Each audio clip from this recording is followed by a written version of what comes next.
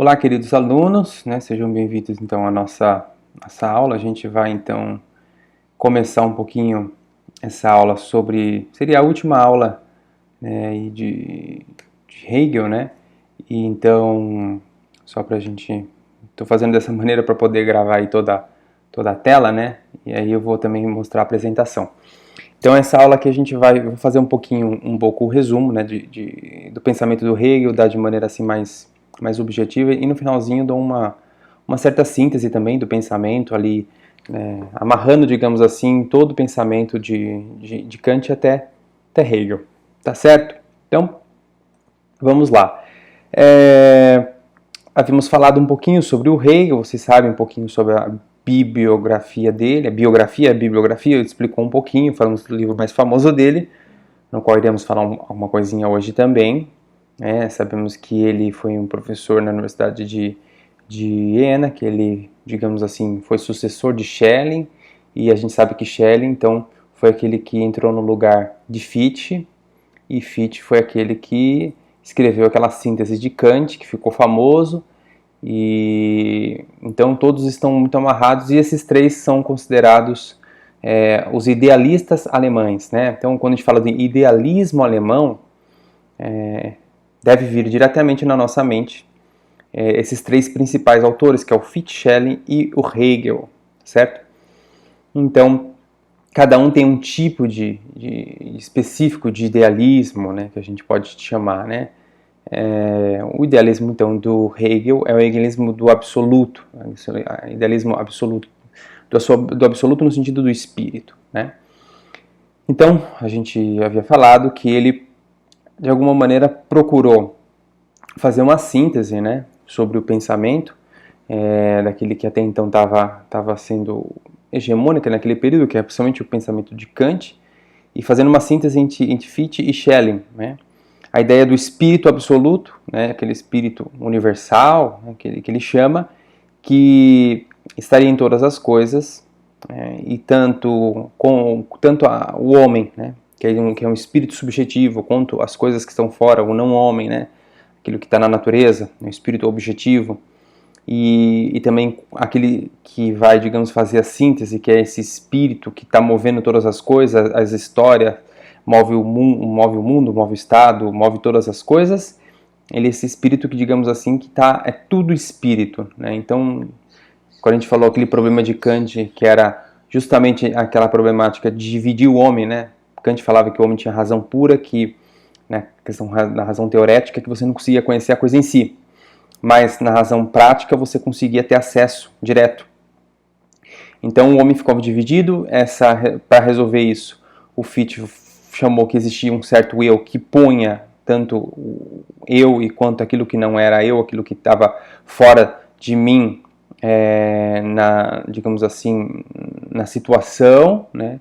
E dessa forma com que ele conseguia fazer uma síntese e conseguir com esse eu, que seria o eu penso kantiano, ele conseguiu fazer uma síntese, e a partir do eu penso ele conseguia unificar, né, essa dicotomia que havia no homem profunda. O Fichte veio e falou que esse eu que punha o que não é um eu consciente, que é um eu que é um puro agir do Fichte, punha, digamos assim, colocava o eu consciente, colocava aquilo que não era não eu, que é o mundo externo, a natureza. O Schelling vai dizer que esse mundo externo também ele é racional, né? Ele vai dizer que esse eu consciente, a natureza também ela é consciente. Então esse foi o salto do Fichte para Schelling, e o salto de Schelling para Kant, para Hegel, foi justamente dizer que então tudo está movido por esse espírito. Então é esse espírito que está agindo e está de maneira dialética, fazendo que o homem possa se compreender. É um espírito, na verdade, que está, né, se desenvolvendo, né, se manifestando, usando dos homens, da história, das pessoas, dos acontecimentos, das instituições, para se manifestar e para tomar consciência de si mesmo, né? Então, o espírito está tomando consciência de si até o ponto que a filosofia do Hegel então, é a filosofia máxima. Então, era isso que a gente tinha falado um pouquinho anteriormente, né? Então, agora, voltando um pouco nesse sentido, né, que é aquilo que eu acabei de resumir da aula passada, essa aqui, crítica, né, que eu já tinha falado. Então vamos entrar um pouquinho na fenomenologia do espírito, tá certo? Então, bom, é importante entender que essa obra, né, eu vou tentar, no caso aqui só, me ater um pouquinho também aos slides, para ajudar também a facilitar até no estudo de vocês, explicar os próprios slides, que talvez facilite para a prova também, tá? Então, primeiramente, nessa obra a gente percebe uma posição contra o Schelling, né, porque ele acusou o Schelling de ter feito uma explicação muito intuitiva, estética e abstrata da realidade. Aquela explicação que eu falei, do não eu, existe o eu, existe um não eu, que é a natureza, e esse não eu também é um eu consciente, só que ele diz isso de maneira assim, muito gratuita, se a gente pode chamar, né? Segundo o Hegel. O Hegel, a gente sabe que ele tem um projeto de transformar a filosofia na ciência das ciências, né? O projeto dele é ter esse aspecto muito científico. Então ele fala que não foi uma interpretação profundamente científica, né? Então, nesse sentido, quando ele fala, né, Schelling estava certo quando afirmou que a fonte única de tudo é o espírito, mas não soube reconhecer e definir de modo científico os seus modos concretos. Por quê? Como é que é o modo científico do Hegel? O modo científico do Hegel, né, é, então, aquele processo dialético, tá certo? Então, a dialética, nos momentos dialéticos, são os momentos que transformam, digamos assim, o discurso filosófico num discurso científico, porque ele é um discurso que vai englobar todas as circunstâncias, todas as realidades, né? A ideia da dialética, né, ela quer englobar tudo aquilo que é o em si, né, o para si e do em si para si, né? Ou seja, nesse processo de englobar a lógica, englobar a filosofia da natureza, né, e depois englobar a ciência, né, da metafísica, digamos assim, da religião todo, englobar todos os aspectos, inclusive, claro, a ciência natural, as ciências biológicas, todas as coisas estão incluídas dentro do processo dialético. Ou seja, então a síntese hegeliana é uma tentativa de uma síntese do todo, explicando o todo a partir de um ponto epistemológico que possa tornar essa realidade toda compreensível, né? E desse modo ele engloba todos os elementos e todas as áreas de conhecimento dentro dessa síntese dialética, ao ponto que, ao final do processo dialético, o que você tem vai ser uma verdadeira ciência. Então essa é um pouco a ideia do Hegel, tá bom? Então, para Hegel, a especulação filosófica, enquanto ciência, realiza-se quando a razão nega toda a finitude, né, e se eleva até o absoluto, que é o absoluto no caso do espírito, vai negando nesse processo de negação, chegando até a autocompreensão do espírito. Essa elevação, todavia, não pode ser repentina e imediata, mas deve acontecer em graus, segundo o movimento que já é filosofia. Então, o movimento que ele está falando é o movimento dialético, que é um movimento especificamente triádico, tá bem? Que já é filosofia. Então, a fenomenologia do espírito é exatamente a história da elevação da consciência fenomênica, né, das finitezas e de seu saber ao saber absoluto. Ela é, portanto, não só uma introdução ao filosofar, mas o verdadeiro e o próprio filosofar. Então, a fenomenologia no espírito, então, é todo esse processo que ele chama aqui de elevação da consciência, ou seja, daquilo que é esse processo daquilo que vai se mostrando, né, fenomênico, a gente sabe que vai de fenômeno, aquilo que aparece, né? Então, essa ciência do fenômeno das coisas que estão aparecendo, do espírito que está se manifestando, e esse espírito que ele se manifesta, essa manifestação que vai tornando consciente e vai se tornando um processo que o homem vai tomando consciência desse espírito e que ele é próprio espírito e ele faz parte desse próprio movimento do espírito. E, portanto, ele está englobado nisso aí, quando o ser humano toma consciência, ele faz o ato de filosofar, ele está entrando digamos assim, em comunhão com esse espírito absoluto que está, então, se manifestando e usando das pessoas para se elevar e para se compreender, até chegar essa compreensão do absoluto, certo? Então, esse é o ponto. Continuando, então, é preciso, porém, compreender que tal filosofia não é apenas a expressão, tem umas palavras trocadas aqui, desculpa, tá? A expressão de uma pesquisa pessoal ligada à história intelectual do indivíduo, mas é também a manifestação da vida do absoluto. Então, quando você está fazendo esse processo filosófico para o Hegel, você está, na verdade, como a gente falou naquela outra vez, a teoria do conhecimento de Hegel é basicamente de tentar unir o sujeito e o objeto. Sabe, a teoria clássica do conhecimento dizia que o conhecimento vai se dar quando há uma identidade, uma igualdade, uma adequação entre a mente e o objeto. né? No entanto, como houve uma dicotomia, então a gente não sabe mais como é o mundo, porque aquela noção de Kant, de que quando a gente vai conhecer as coisas, o tempo e espaço, que a minha mente, né, são condições a priori da minha mente, vão moldar os objetos, eu nunca sei o que é o mundo lá fora. Se eu não sei nunca o que é o mundo lá fora, você tem um grande problema para conhecer as coisas, você não consegue conhecer as coisas. Para resolver esse problema foi que Hegel, então, ele tentou unir, se tudo é espírito, então o espírito está conhecendo em mim, o espírito está nas próprias coisas, então é o espírito que está se autocompreendendo. Então quando eu conheço alguma coisa, na verdade, o que há é uma união do sujeito e do objeto numa coisa só, né? Então, o ato verdadeiro de conhecimento vai se dar onde não tem mais o conhecimento, porque o conhecimento ele é uma terceira coisa. Então, se eu vou conhecer um objeto, significa que tem o sujeito e tem o objeto e tem o conhecimento. Então, essa terceira coisa que para Hegel não poderia existir. Então, o conhecimento não pode existir. O que precisa de acontecer é de maneira imediata a uma unidade profunda e a não existir mais essa diferença entre sujeito e objeto, está fundido no mesmo aspecto. Que é aquilo que a gente explicou, que justamente, segundo a teoria clássica do conhecimento, esse conhecimento só poderia acontecer através, ou só os anjos poderiam conhecer dessa maneira, né, ou o próprio Deus, sabendo que Deus não faz um ato de intelecção, porque ele conhece as coisas, né, porque as coisas são a partir dele mesmo, ou seja, ele deu a existência às coisas e continua sustentando essas coisas no ser. Então Deus conhece as coisas de dentro, né, para fora, nós conhecemos de fora, nós somos compostos de sujeito, né, somos sujeito e matéria, né, digamos assim, sujeito e forma, né, matéria e forma. Portanto, nós, para conhecermos, a gente usa os sentidos, diriam já a filosofia clássica, não há nada no intelecto que não venha primeiro pelos sentidos, tá? Então, nessa tentativa de desbancar, digamos assim, o empirismo, que enfocava muito de que, no fundo, de que você só conhece as coisas, na verdade, pela própria experiência, e os racionalistas estavam dizendo das ideias inatas, esse problema, para Kant, ele tentou resolver e acabou criando outros problemas, e Hegel, para resolver, ele acaba tendo uma intuição de que, para conhecer, precisa de não existir mais o conhecimento, mas somente a união do objeto e do sujeito, numa coisa só. Tá? Essa é a grande questão. E ele continua ali, não é apenas a expressão do pessoal da história, então, ou seja, quando o indivíduo está conhecendo, não é o próprio indivíduo, mas a manifestação do espírito absoluto na vida do indivíduo, no fundo é isso, né? Ou seja, de um lado corresponde o caminho que o absoluto teve que percorrer para chegar à consciência de si mesmo. Então, o espírito absoluto, esse absoluto, ele vai se manifestando e vai tomando consciência de si, e utilizando-se das pessoas, das instituições, da história, para a consciência de si mesmo.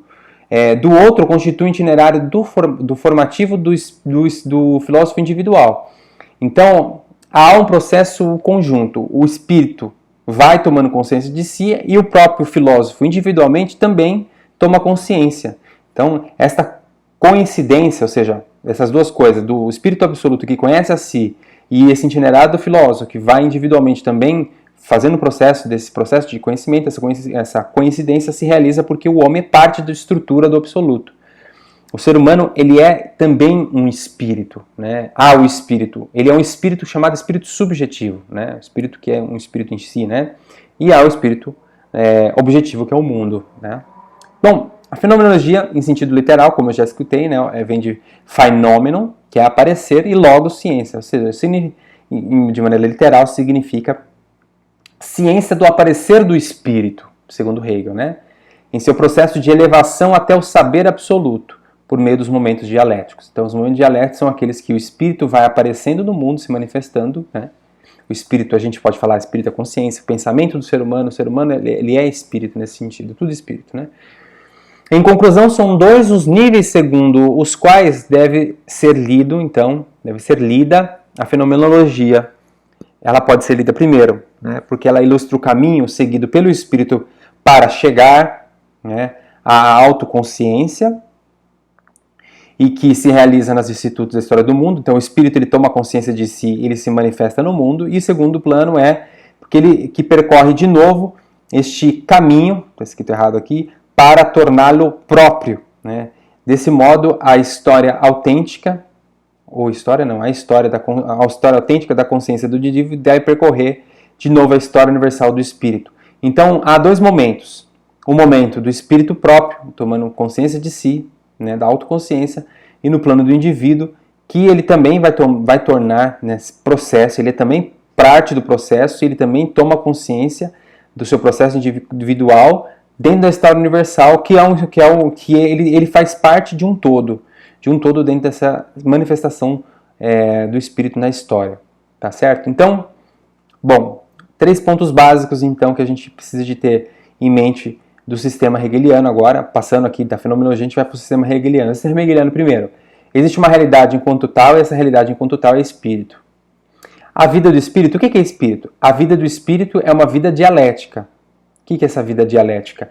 Essa vida dialética é uma dialética que vai da tese, antítese e síntese, conforme aquele texto que eu deixei para vocês, que é importante para vocês retomarem ele, que é o texto da dialética. É um texto que eu escrevi tentando ser o mais simples possível, numa aula uma aula escrita, digamos assim, porque os alunos tinham dificuldade de entender o que é a dialética, então eu escrevi essa aula praticamente do zero. Então é como aprender do zero ao 100 o que é dialética, tá certo? Então tá lá a dialética no sentido total da história e a dialética hegeliana, que é esses 3 momentos, tá certo? Bom, então vamos lá ao sistema hegeliano. Bem, só vou olhar o tempo aqui para ver quanto tá, que eu não sei quanto tá o tempo gravando aqui. Bom, eu me perdi no tempo aqui, eu acho que deve estar uns 15, 20 minutos, né, no máximo. Bom, então vamos lá. Como eu estou gravando gravando a tela, isso é super pesado. Toda vez que eu gravo com a tela, o computador começa a travar, né, porque é pesado essa maneira de gravar, que os alunos gostam, mas meu computador não suporta, então eu parei de gravar assim porque estava dando problema, né. Então vamos lá, o sistema hegeliano. O que vocês precisam entender do sistema? É de fato um sistema. Sistema, tá? Então, o sistema é uma coisa que tem todo um começo, meio e um fim, que de certa maneira, e no caso do Hegel é um sistema fechado, tá? Ele é redondinho, digamos assim. Tem todos uns... Tudo está interligado, né? Quando a gente fala ideia de sistema, é que está tudo interligado, e ele está todo fechado, ele está relacionado uma coisa com a outra. A gente fala sistema respiratório, sistema circulatório, quando a gente fala no corpo humano. Como é que é sistema? Porque ele tem um começo, ele tem um meio e tem um fim, e ele volta num processo, e ele é um processo dinâmico. Então, nesse sentido, o sistema, né? Então, o sistema respiratório, a gente respira, né, o ar vai para o pulmão, né, no pulmão tem lá, ele vai oxigenar o sangue, então o nosso sangue vai ser todo oxigenado, né, através da respiração que a gente está tendo, e a gente depois expira o gás carbônico, tá? Que oxigênio e sai o gás carbônico. Então é um processo, um sistema fechado, a gente sabe que ele vai circulando, como o sistema sanguíneo também. No coração tem, né, o coração que ele bomba o sangue, tem os 2 movimentos, né, o sístole e o diástole, né, que um que impulsiona e o outro que, né, puxa, tá? O sangue que vai, o sangue que vem, né? Então, e tudo isso para que possam todas as terminações do nosso corpo possam ser irrigadas por sangue, tá certo? Então, sistema a gente pode entender que no sentido do Hegel, também é um sistema completo, tá bem? Que está tentando englobar o todo, englobar a ciência, todos os conhecimentos, tá bem? O sistema hegeliano é a brilhante apresentação de todo o real e de todo o cognoscível como expressão da automanifestação do absoluto através das fases triádicas da dialética, como eu disse. Então, como é que é? É um sistema que ele tenta entender o todo como real.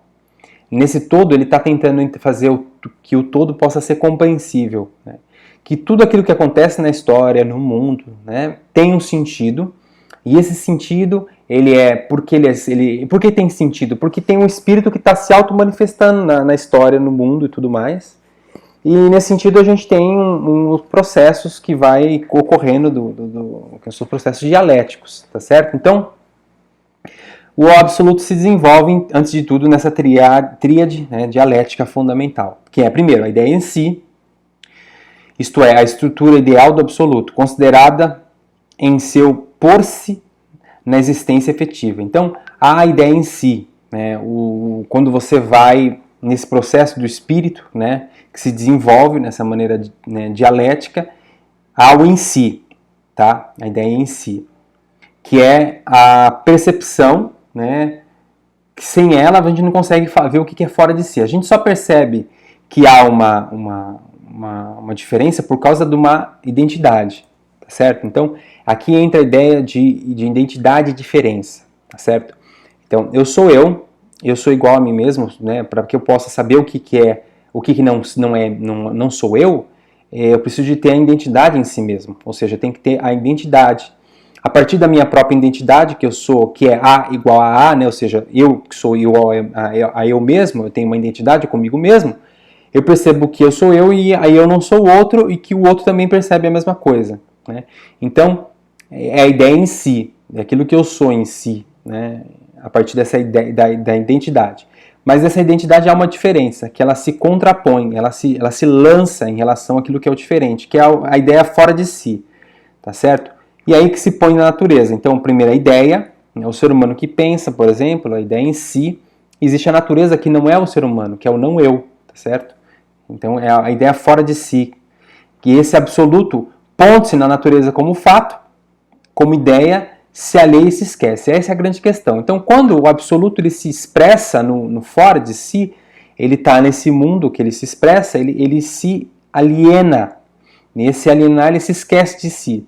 E esse esquecer de si, né, gera um outro processo, que é a volta, que é a ideia em si e para si, isto é, o absoluto. Ele retorna a si, depois de ter reconhecido a natureza como momento próprio. Então, eu percebo que eu sou mesmo eu, nessa relação com o mundo, com aquilo que está fora de mim, eu percebo que há o outro que está fora de mim, quando eu saio fora de mim, eu corro o risco dessa alienação. Nessa alienação, há o espírito que retorna a si, mas ele retorna a si depois de ele ter saído de si. Então, ele estava em si, ele saiu de si, ele voltou para si, e ele percebe, então, que esse momento é um momento que vai assumindo esse aspecto, tá?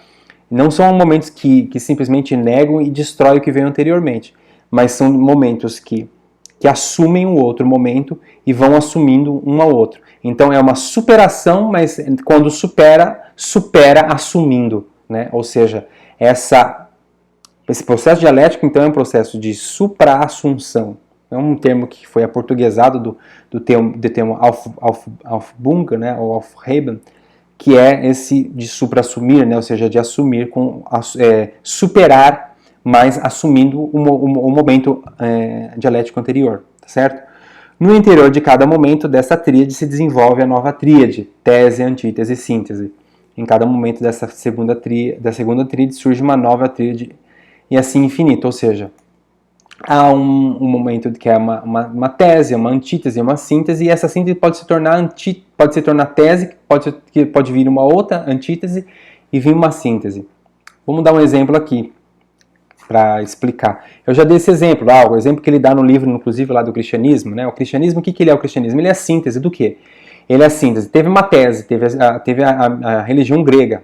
Os gregos, eles eram Deus, aquele Deus que era, né, completamente antropomórfico, né, um Deus que está no meio do povo. Os Deus eram homens. Veio o judaísmo, que Deus era transcendente, né, Deus não se misturava com os homens, ele é totalmente outro, diferente do homem. E veio então depois o cristianismo, que é o quê? O Deus que se faz homem. É como se ele tivesse assumido a transcendência e a imanência que estavam presentes nos outros momentos. Então ele chama dessa maneira, não estou dizendo que é isso, tá bem? Porque são coisas que para mim, ele está misturando alho com bugalhos, não tem coisa a ver com uma coisa a ver com a outra. Os judeus não tiveram contato assim com os gregos nesse ponto. Sendo que existem também diversas tradições judaicas que a gente sabe, que a gente estuda lá, por exemplo, o Gênesis, a gente vê que tem lá, né, tradições onde Deus ele é mais transcendente, ou tem aquele, né, por exemplo, o relato do Gênesis 1, a gente vê ali, Gênesis 1 e 2, Deus ele fala, faça assim, um Deus que né, tá reinante, aquele, se dizem que tem aquela tradição sacerdotal, isso aí é uma coisa, né, discutida, mas para dizer que Deus que faça assim, e a Lúcia fez, então ele fez o homem e tal, mas aí na segunda narração da criação você vê que Deus ele molda o homem, faz um boneco do pó da terra, né, de argila, e de barro, né, e sopra nas narinas dele. Então você percebe que na segunda narrativa da criação, Deus ele é mais antropomórfico, então ele é mais, parece que ele tem mãos, ele toca, então não é o outro que está totalmente só uma voz que fala e faz, né? Então assim, só estou justificando o fato que de repente Hegel, né, nessa ideia que ele dá, que ele escreve nesse livro antes, de todo o sistema dele, não está totalmente certa, tá? Mas eu posso fazer um outro exemplo de tese, antítese e síntese. Por exemplo, a gente vai analisar o que é o ser humano. O ser humano é corpo, por exemplo. Eu sou corpo, mas eu percebo que a minha identidade ela não se esgota dentro da minha autopercepção corporal, né? Que no fundo eu sou corpo, mas a minha identidade não se esgota na minha corporalidade, né? Eu percebo que eu tenho uma psique, né? Então significa que eu sou corpo, mas eu não sou só corpo, tá certo? Então essa é a tese sou corpo. Antítese, não sou só corpo. Síntese, eu sou um corpo que se expressa, que eu me auto-expresso pelo meu corpo, mas a minha identidade não se esgota no meu corpo. Então eu posso vir com uma outra negação. Então, mas o que é então essa auto-manifestação e expressão do meu corpo? Tem por trás do meu corpo tem uma identidade psíquica. Mas eu sou só psique? Não, eu não sou só psique, eu sou mais que psique. Então vem uma outra negação, vem uma síntese. Eu também sou espírito. Então, mas eu sou só espírito? Será que a minha identidade se esgota? O que é esse espírito? Então, chega um ponto que, ok, então eu entendo que o espírito é uma última manifestação daquilo que eu tenho como identidade do ser em si. Como ser em si, eu sou um ser que sou corpo, psique e espírito. Ok? Então, nisso aqui a gente percebe esse processo de que a tese tem antítese que nega, mas vem numa síntese. Essa síntese pode se tornar uma outra tese, que vem uma antítese, vem uma síntese. Para Hegel isso é infinito, tá certo? Então é isso. Bom, aqui está só a finalização do que é o sistema, então das três partes. Então a primeira parte do sistema hegeliano então é a lógica, o em si, a ideia em si, tá bem? A lógica, que é a ideia em si, né? Em sé. A filosofia da natureza, que é o extra-si, né? Extra-se, né? Que é o fora de si. E a filosofia do espírito, que é in se per se, ou seja, em si e para si, tá? Basicamente é dessa maneira que o sistema hegeliano e os escritos dos livros dele vão se desenvolver a partir desse processo todo aí, tá bem? Por isso que então ele tenta englobar o todo, né? Bom, agora a gente passa para um momento em sequência aqui, que é essa filosofia da história, tá? Que é importante a gente entender. Na verdade, isso aqui todo é um desdobramento. A gente já entendeu que é o processo, né? O processo então do espírito aí é uma manifestação do espírito na própria história, tá certo? Então aqui já está dito. Por exemplo, quem inventou essa história da filosofia é o próprio Hegel, né? Essa história da filosofia que a gente está estudando agora, né? Essa disciplina história da filosofia moderna, mas veio a medieval e veio a antiga. E o Hegel ele enxergava como contraponto, né? Interessante que ainda até hoje às vezes se vê isso, né? Por exemplo, essa história de que existe o racionalismo e veio o empirismo que estava brigando um com o outro e veio o Kant tentando fazer a síntese. Essa maneira de ler é uma maneira de ler que é aos olhos do Hegel e a gente usa até hoje, mas de fato no caso ela se faz, né? Digamos assim, ela é coerente.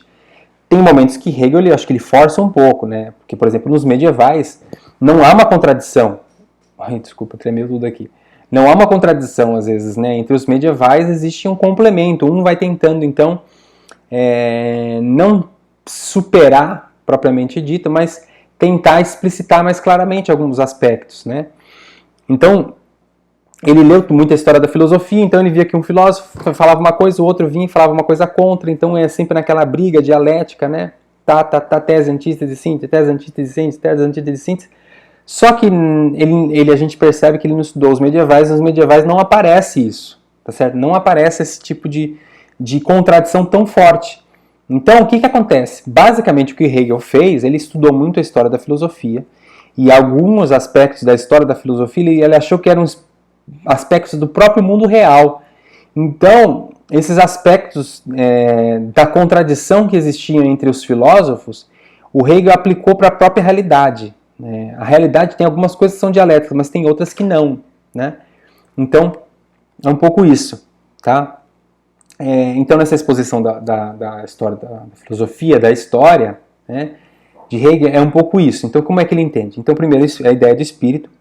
O tema tratado antes de filosofia do espírito absoluto, porque a história é o estudo das manifestações do espírito objetivo. Então, quando a gente estuda a gente estuda a história que é a manifestação do espírito objetivo, que é o espírito na natureza, tá? Preferimos deixar para agora, né, o estudo deste tema, porque é na filosofia da história que o pensamento de Hegel se encontra o seu curamento e a sua síntese final, no sentido que por isso que eu coloquei nesse sentido final, né, do nosso estudo de Hegel, praticamente a nossa última aula, a gente está entendendo essa filosofia da história, apesar que eu já explicitei isso aí algumas vezes, mas agora de maneira específica, dizendo que é o coramento, é uma síntese final da história dele, e também para a gente memorizar bem, entender cada momento marcante, porque às vezes quando a gente explica muita coisa durante a aula pode ficar um pouco disperso, né? Então é um pouco isso. Os princípios que informam a concepção hegeliana da história são dois. Quais são esses princípios que dão o entendimento da história? Como é que ele entende a história? A história para Hegel é manifestação progressiva do absoluto. Então, a história é uma manifestação desse espírito, ele vai de maneira progressiva. Por que progressiva? Porque ele vai de um processo do menos para o mais, tá? Ele vai tomando consciência de si, até o ponto que, para Hegel, no momento em que ele está vivo, Hegel, ele acredita que o espírito ali tomou consciência plena de si, na própria filosofia dele. A filosofia do Hegel então, a manifestação máxima do espírito absoluto. Eu tô rindo porque é engraçado, né? Parece assim, né? Parece que é um pouquinho ousado da parte dele, tá certo? Mas, de fato, é assim que ele pensa, né?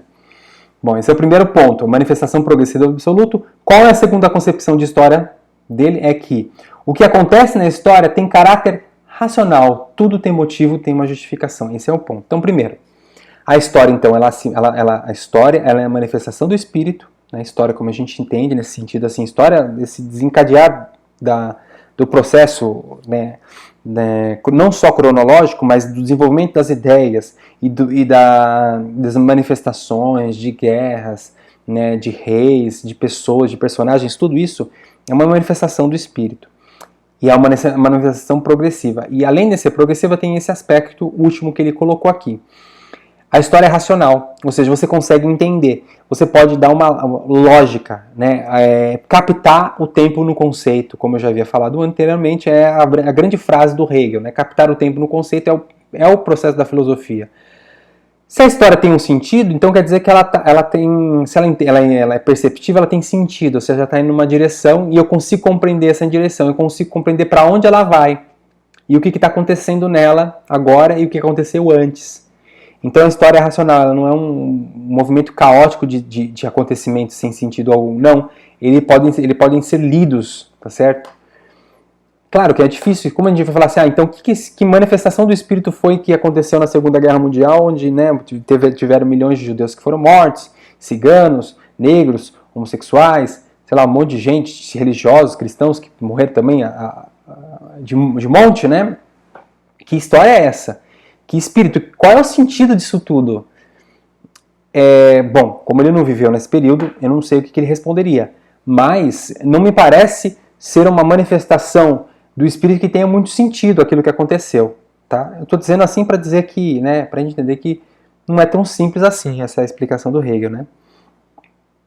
O primeiro princípio explica o apaixonante interesse de Hegel pela história, ou seja, que a história tem a manifestação progressiva do espírito, e a segunda, a veneração dos eventos históricos, porque os eventos históricos nos quais ele sempre consegue ver uma expressão de grandeza, de poder, da sabedoria do absoluto. Eu não sei, por exemplo, como eu falei, né, a Segunda Guerra Mundial não me parece uma expressão da grandeza do absoluto, de forma alguma. Na verdade, da baixeza humana, né? Bom, continuando. O segundo princípio, né, que leva Hegel a ver a história com confiança e otimismo. Então, por que ele tem confiança? Porque ele começa a prever o que pode vir depois. Se a história ela é um processo de tese, antítese e síntese, ou seja, ela vai nos contrários, então eu posso tentar começar a prever o que vai vir no futuro. Será? No futuro vai vir isso. No futuro pode acontecer. Se agora está acontecendo isso, na dialética, o processo inverso vai ser esse. Então você começa a olhar o mundo de maneira mais assim, meio otimista, mas também meio esotérica, se a gente pode chamar assim, tá certo? Então,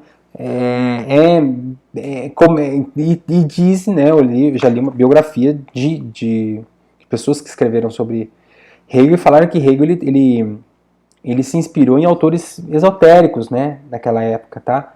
Só que ele não citou esses autores, ele usou, mas ele não citou. Então tem um esoterismo, porque tem uma previsão do futuro, né?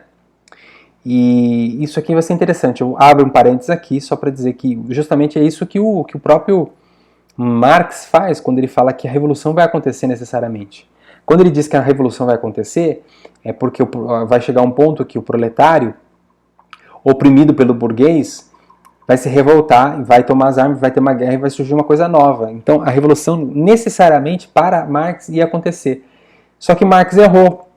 Mas por que Marx errou? Porque Marx ele pegou essa dialética hegeliana, ele acreditou tanto que era a história do mundo, é a história da luta de classes, ele abre o Manifesto Comunista falando isso, que você percebe bem que está aí dialética. Quem não conhece a dialética, quando lê isso, não percebe que está aí, que é Hegel puro, né? A história do mundo é a história da luta de classes, ou seja, é a manifestação, então, daquela ideia do senhor do escravo, a ideia da identidade da diferença, e que a dialética da tese, antítese e síntese, né? Totalmente ali. Só que, no entanto, ele errou. Por quê? Porque começa esse otimismo, essa previsão do futuro, e ela não dá muito certo, né? Então, continuando, tudo que acontece na história tem um motivo que o justifica. Uma vez que é parte do plano que a razão se traçou para uma completa tomada da consciência de si mesmo. Então, tudo na história tem um sentido. Por quê? Porque é o espírito que está se manifestando e ele está tomando consciência de si, então ele é todo racional. Eu não acho, mas tá bom, é o que ele diz. Todavia, o mal e o irracional, embora não tendo valor e consciência, existem, tá? Então aí, bom, esse é o ponto. Ele está falando que, justamente o que eu disse, né? Tem um mal, tem as situações, tem aquilo que acontece, Segunda Guerra Mundial, tudo que eu falei, ele não é racional, né? Mas ele está dizendo que ele tem um valor, não tem valor e consistência, mas eles existem. No sentido que, eles existindo, eles podem ter um sentido, eles podem ser compreendidos, tá certo? Vai mais nessa linha, mas, no entanto, você percebe que ele precisa de abrir um parênteses para explicar o mal, porque o mal tem uma certa irracionalidade, né?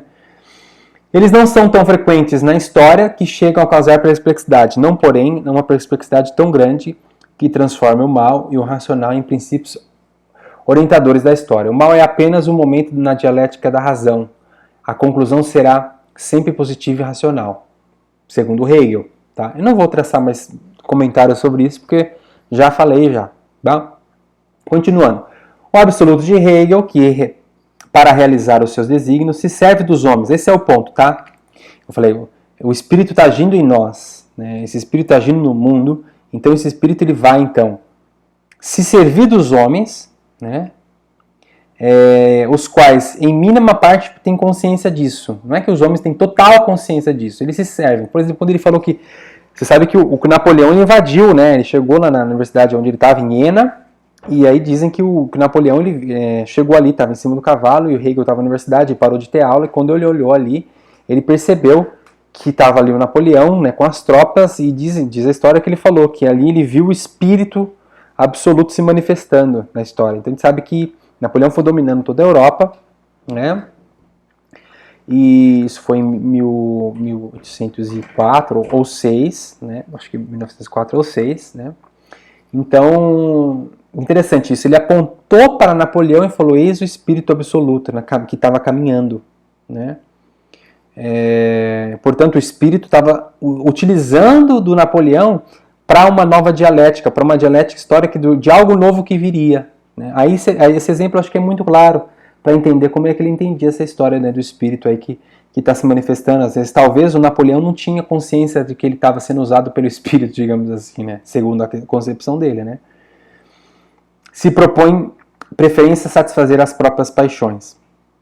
É a astúcia da razão no caso do espírito, né, que consegue tirar das ações dirigidas para fins particulares, um resultado, um valor universal que representa, em cada vez, uma etapa necessária no desenvolvimento histórico do absoluto. Vou pegar um exemplo aqui, né?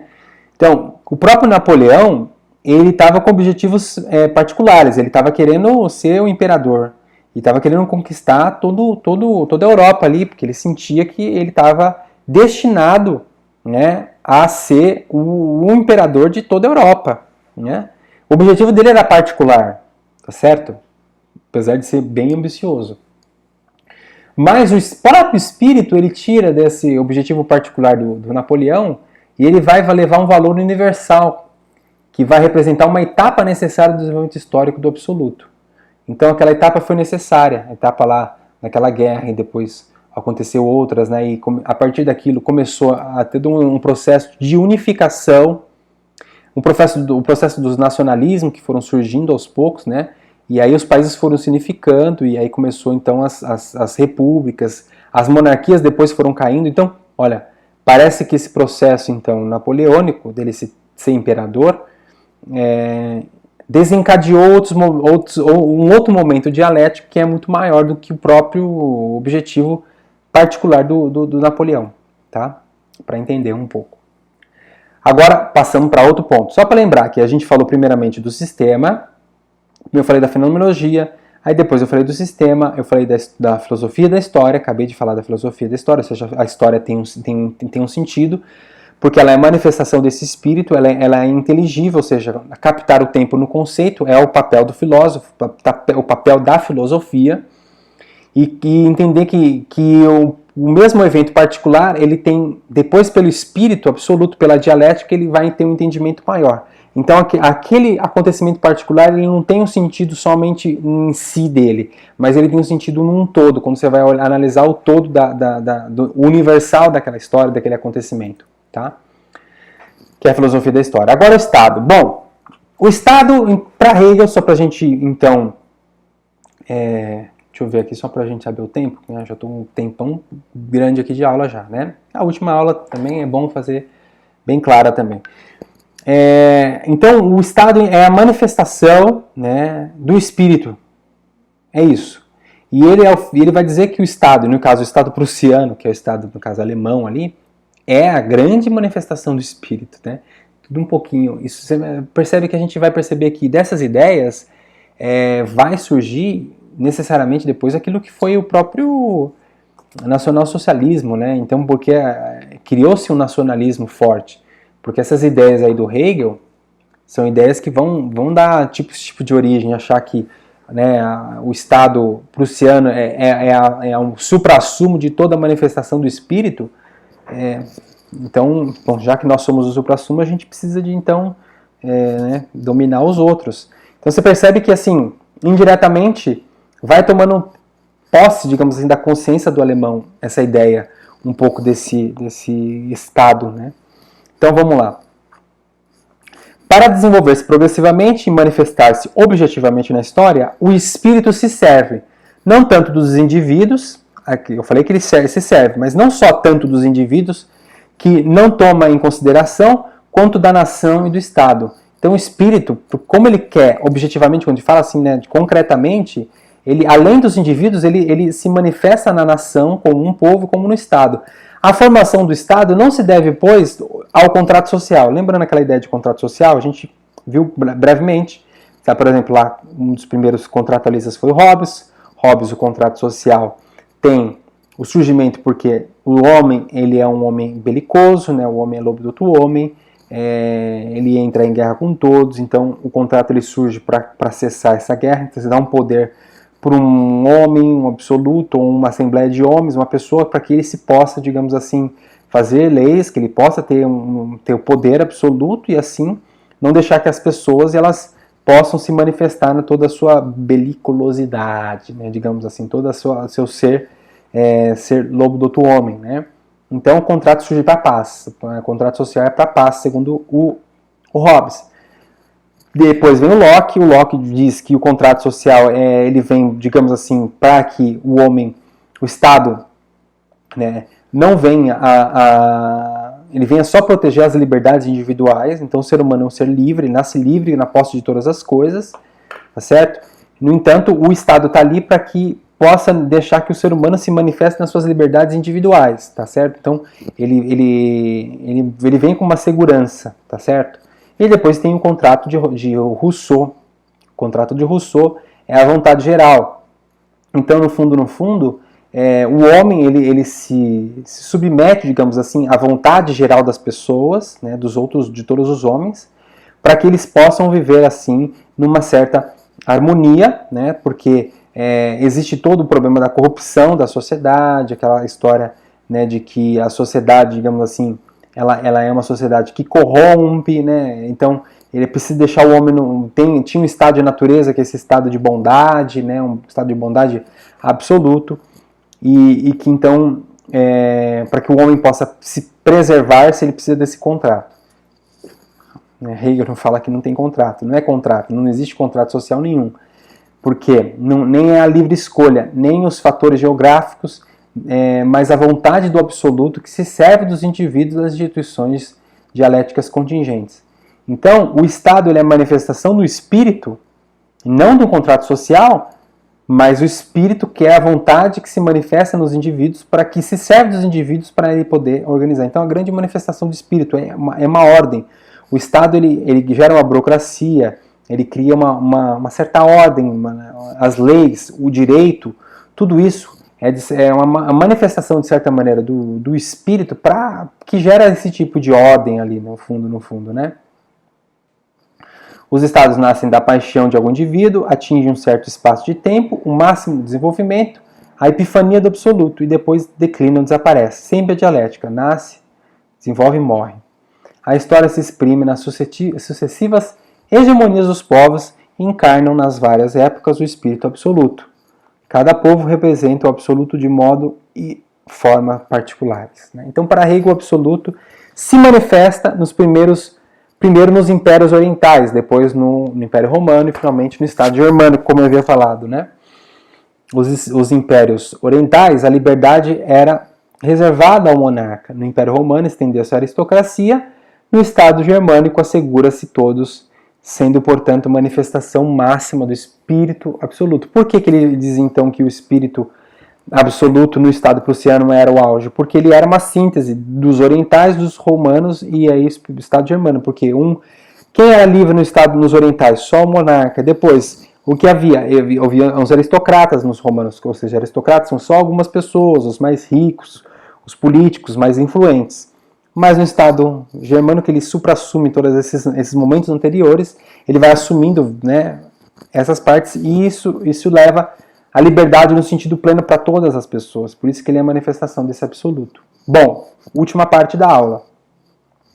Depois então do Hegel, depois de toda essa manifestação, de todo esse entendimento, que isso aqui é importante a gente ter claro, vem então os hegelianos de esquerda e os de direita. Tá? Então, morreu Hegel, aconteceu que, como eu falei, ele morreu de cólera em 31, aí se dividiu. Aí é interessante, porque o pensamento dele teve interpretações opostas.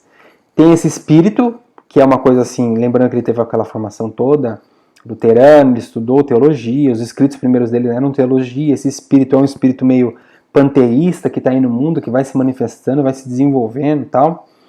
E acontece que, pela própria dialética do pensamento do Hegel, mostra que tem uma questão ali, né? Ficou uma direita e ficou uma esquerda.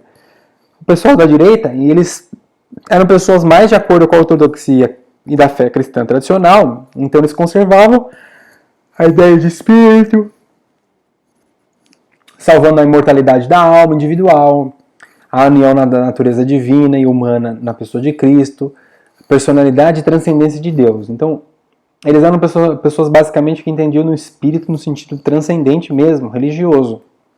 Já os de direita, eu coloquei aqui, só não falei os nomes, né? Tem esse Rosenkrantz e o Hederman, né? Que são os dois aqui mais expoentes fortes da direita, que depois acabou rapidinho, né? E os de esquerda, a gente conhece bem, Ludwig Feuerbach, né? O Feuerbach, e o Karl Marx, que vocês irão estudar também na filosofia contemporânea. Estamos acabando o nosso ano, estamos acabando o nosso semestre, né? Foi um prazer estar com vocês todos e muito bom, né, ter tido essa experiência de conhecer cada um de vocês. Bom, acabou a aula, faltou só o fechamento dessa aula aqui. Então, os de esquerda, o que eles desenvolveram? Eles acabaram com essa história de espírito. Hegel está viajando, que história de espírito é essa? É tudo matéria. Vamos lá. Então, aí vem os materialistas. Eles negam os fenômenos sobrenaturais e tudo é natural, e eles vão pegar justamente a ciência como a ciência no sentido empírico, para eles a ciência materialista, ela vai ser esse desenvolvimento. Então, será o socialismo, digamos assim, científico, que o Marx procura, então, tratar. Tá?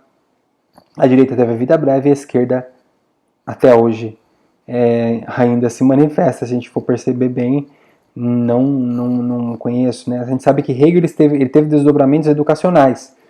Tem um autor americano chamado John Dewey, que é um hegeliano, né, pragmatista praticamente, americano, que teve muita influência na educação. Porque, inclusive, um educador nosso brasileiro, Anísio Teixeira, foi formado na escola do John Dewey, né? Então, o Brasil teve uma influência desse pragmatismo e desse hegelianismo na educação. Bom, então, ficamos por aqui. Eu agradeço a todos, né, para todas as atenções, né, que vocês tiveram.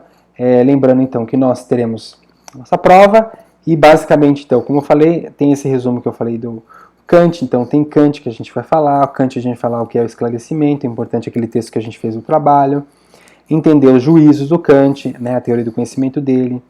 A ideia que o homem ficou bipartido, né, na parte, né, na razão teórica, razão prática, como é que ele entende isso. E aí depois em Hegel, o que é em Hegel esse tal desse espírito, e que é a dialética, esse estado, como é que ele entende a manifestação do estado, o que é essa filosofia de história para Hegel, né, esse direita e esquerda. Bom, basicamente tudo aquilo que eu fui explicando. Lembrando, claro, os outros autores que eu fui trabalhando, eles foram para amarrar, né? Quando eu falei de Newton, né, quando eu falei de Fichte e Schelling, é justamente para a gente entender tudo isso, tá? E sempre retomando ali algumas coisas, né? Tá bom? Então agradeço a atenção de todos, muito obrigado, né? E até a próxima.